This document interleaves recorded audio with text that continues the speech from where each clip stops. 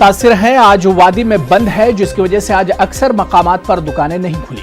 वादी के तमाम इलाकों से बंदिशें हटा दी गई हैं, ताहम कई जगहों पर दफा 144 अभी भी नाफिज है। सड़कों पर निजी गाड़ियों की नकलो हमल जारी है, मगर पब्लिक ट्रांसपोर्ट सड़कों पर से अभी भी गायब है।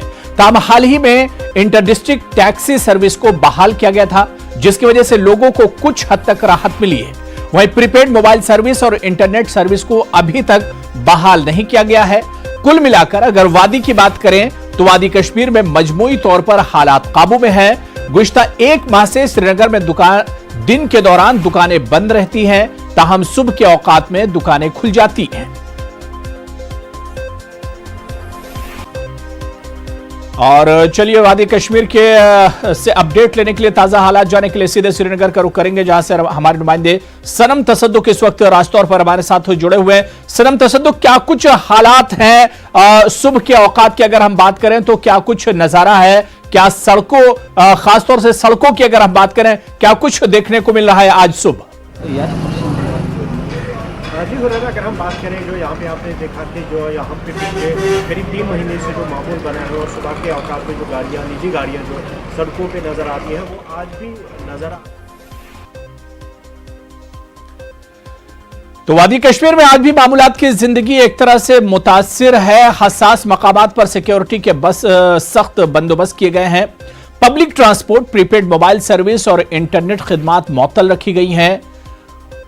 कुल मिलाकर वादी में हालात पुरअमन है, लेकिन अगर आज सुबह की हम बात करें तो एक तरह से बंद मनाया जा रहा है। सिक्योरिटी के सख्त बंदोबस्त किए गए हैं, यानी मामूलात की जिंदगी जो है एक तरह से मुतासिर हुई है। तस्वीरों के जरिए भी हम आपको दिखाने की कोशिश कर रहे हैं कि किस तरह से हसास मकामात पर सिक्योरिटी के सख्त बंदोबस्त किए गए हैं। ट्रांसपोर्ट पर इसका असर पड़ा है, इंटरनेट और मोबाइल की जो खिदमात है उन पर भी इसका असर पड़ा है। और ये तस्वीरें आप देख सकते हैं कि सिक्योरिटी के सख्त बंदोबस्त किए गए ताकि कोई नाखुशगवार वाकया पेश ना आए। श्रीनगर में हर रोज के मुकाबले में आज कुछ ज्यादा सन्नाटा देखने को मिल रहा है। लोग घरों में ही हैं, क्योंकि आज वादी में बंद मनाया जा रहा है, जिसकी वजह से हसास मकामात पर सिक्योरिटी बढ़ा दी गई है।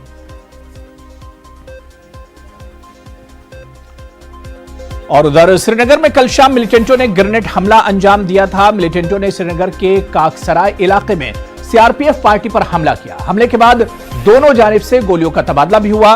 ग्रेनेड हमले की वजह से सीआरपीएफ के 6 जवान जख्मी हो गए थे। सिक्योरिटी फोर्सेज ने पूरे इलाके का मुहासरा किया और बहुत देर तक इलाके में बड़े पैमाने पर मिलिटेंटों की तलाश जारी थी, मगर मिलिटेंट भागने में यानी फरार होने में कामयाब हो गए थे। और उधर आज सुबह श्रीनगर के काकसरा इलाके में हमारे नुमाइंदे सनम तसद्दुक ने हालात का जायजा लिया।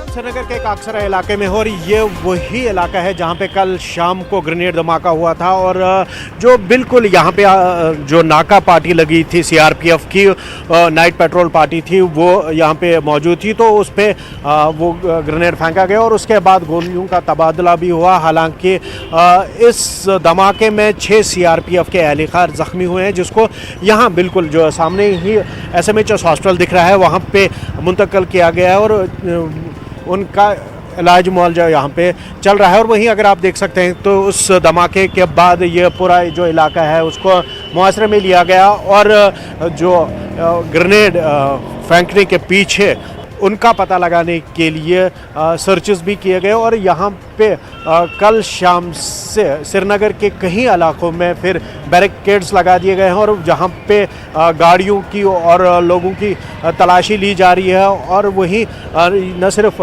यहाँ करानगर के इस इलाके में, बल्कि लाल चौक की बात करें या फिर जो इसके आसपास के इलाके हैं, डाउनटाउन की बात करें, तो कहीं मकामात पे इस तरह के जो बंदोबस्त है वो किए गए हैं। और वहीं जो इजाफी नफरी तैनात कर दी गई है ताकि जो मिलिटेंट्स ने कल शाम को जो वारदात यहाँ अंजाम दी है, इस तरह के कोई और जो यहाँ पे फायरिंग या ग्रेनेड के धमाके ना हो पाए, उससे उनको रोका जा सके। और वहीं अगर हम बात करें तो यहाँ पे अगर पिछले 1 साल की बात करें तो आधे दर्जन से करीब जो मिलिटेंट एक्टिविटीज़ है वो यहाँ पे देखी गई। और अगर हम पिछले जब से दफ़ा 370 हटाया गया उसके बाद मिलिटेंट्स की कोशिश लगातार ये रही है कि वो अपनी प्रेजेंस फेल्ट कराए, और वहीं श्रीनगर में खासकर वो अपना फिर से रिवाइवल कराने के लिए इस तरह के जो इंसिडेंट्स है या फायरिंग या फिर ग्रेनेड धमाके हैं वो कर रहे हैं। और वही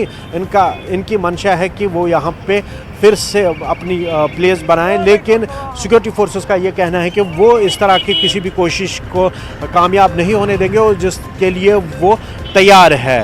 फिरोज वानी के साथ सनम तसद्दुक, न्यूज़ 18 उर्दू, श्रीनगर। और वादी के ताज़ा हालात जानने के लिए इस वक्त सनम तसद्दुक हमारे साथ राज तौर पर जुड़े हुए हैं। सनम तसद्दुक, ताज़ा हालात क्या कुछ हैं, क्या कुछ अपडेट है, आज वादी से हालात कैसे हैं? जी हुरैरा, जैसे आपको पता है कि जो पिछले 1 महीने से यहाँ पे सुबह के औकात में दुकानें खुलती थी और जो निजी ट्रांसपोर्ट की अगर हम बात करें वो सड़कों पे देखा जा रहा था, लेकिन आज हम बात करें तो निजी ट्रांसपोर्ट बराबर वैसे ही देखने को मिला। लेकिन अगर हम दुकानों की बात करें तो दुकानें आज बंद रही। यहाँ पे जो आज कॉल दी गई थी, बंद की कॉल की थी, उसके पेश नज़र अक्सर इलाकों में जो है दुकानें बंद रही। ताहम अगर हम संडे मार्केट की बात करें तो वहाँ पे अभी जो फ्लीस मार्केट है वो लगना शुरू हो गया और जैसे जैसे दिन आगे बढ़ेगा वहाँ पे जो लोगों की आवाजाही है वो बढ़ जाएगी। और वहीं अगर हम बात करें जो इंटर डिस्ट्रिक्ट जो टैक्सी सर्विस है वो भी सुबह देखी गई। और वहीं यहाँ पे जो पिछले कई दिनों से यहाँ पे जो पब्लिक ट्रांसपोर्ट जो सड़कों से गायब है उससे निपटने के लिए स्टेट रोड ट्रांसपोर्ट कॉरपोरेशन की जो गाड़ियाँ हैं उनको सड़कों पे उतारा गया है और ख़ासकर कुछ मखसूस जो रूट्स है उन पे उनको उतारा गया है ताकि जो इन रूट्स पे सफ़र करने वाले मुसाफिरीन हैं उनको राहत पहुंचाई जा सके। जी हुरैरा। बिल्कुल सनम तसद्दुक, जिस तरह से अभी आप एक रिपोर्ट दिखा रहे थे, कल श्रीनगर के काकसराय इलाके में ग्रेनेड हमला हुआ था, उसके बाद क्या इस हमले के भी कुछ असरात हैं? इसकी वजह से क्या कुछ हालात पर असर पड़े, खासतौर से श्रीनगर और उसके आसपास के इलाकों पर? जी हुरैरा, बिल्कुल। जैसे जब भी इस तरह की कोई वारदात मिलिटेंट्स अंजाम देते हैं तो उसके बाद जो श्रीनगर या उसके आसपास जो खासकर जो बाहर शहर के बाहर जाने वाले रास्ते हैं या फिर इम्पॉर्टेंट वाइटल इंस्टॉलेशन है उसके आसपास जो है सुरक्षा बढ़ा दी जाती है, सिक्योरिटी बढ़ा दी जाती है। और वही जो गाड़ियों की तलाशी और बाकी जो लोगों की पहचान वो कराई जाती है। कई मुकामात पे आज भी हमने आज सुबह देखा कि जब हम सुबह हालात का जायज़ा ले रहे थे उस टाइम हमने देखा कई जगहों पे जो पुलिस और सीआरपीएफ है गाड़ियों को रोक रही है और बैरिकेड खड़ा कर दी गई है, वहाँ पे उनको गाड़ी को रोक के उनकी तलाशी ली जा रही है। और वहीं अगर हम इस ब्लास्ट की बात करें, जैसे आपने रिपोर्ट में भी देखा कि वहाँ पे कल शाम को जो 144 बटालियन सीआरपीएफ की है उसके पार्टी पे ये ग्रेनेड धमाका किया गया था। और हालांकि जो मिलिटेंट्स कोई इस फिराक में है कि वो शहरी इलाकों में अपनी प्रेजेंस फेल्ट कराए और इसके लिए ये दूसरा ग्रेनेड धमाका है। जो पहले इससे पहले हरी सिंह हाई स्ट्रीट में एक धमाका हुआ था और अभी कल शाम को यहाँ काकसराय इलाके में और एक धमाका किया गया है। और उस मिलिटेंट्स भी चाह रहे हैं कि वो अपनी प्रेजेंस फेल्ट कराए कि वो शहर में पहुंच चुके हैं, शहर में मौजूद है। और वहीं अगर हम बात करें जो पुलिस के डीजीपी ने पिछले दिनों बात की थी, उन्होंने कहा कि उसमें कोई शक नहीं है कि जो यहाँ हालात रहे उसके दौरान कहीं इन्फिल्ट्रेशन बिड्स हुई, हालांकि बेशतर बिड्स को नाकाम कर दिया गया। लेकिन जाहिर सी बात है सनम तसद्दुक के हालात धीरे धीरे पटरी पर लौट रहे हैं और इसी वजह से शायद सिक्योरिटी के सख्त और चाको चौबंद इंतजाम किए गए ताकि कोई नाखुशगवार वाकया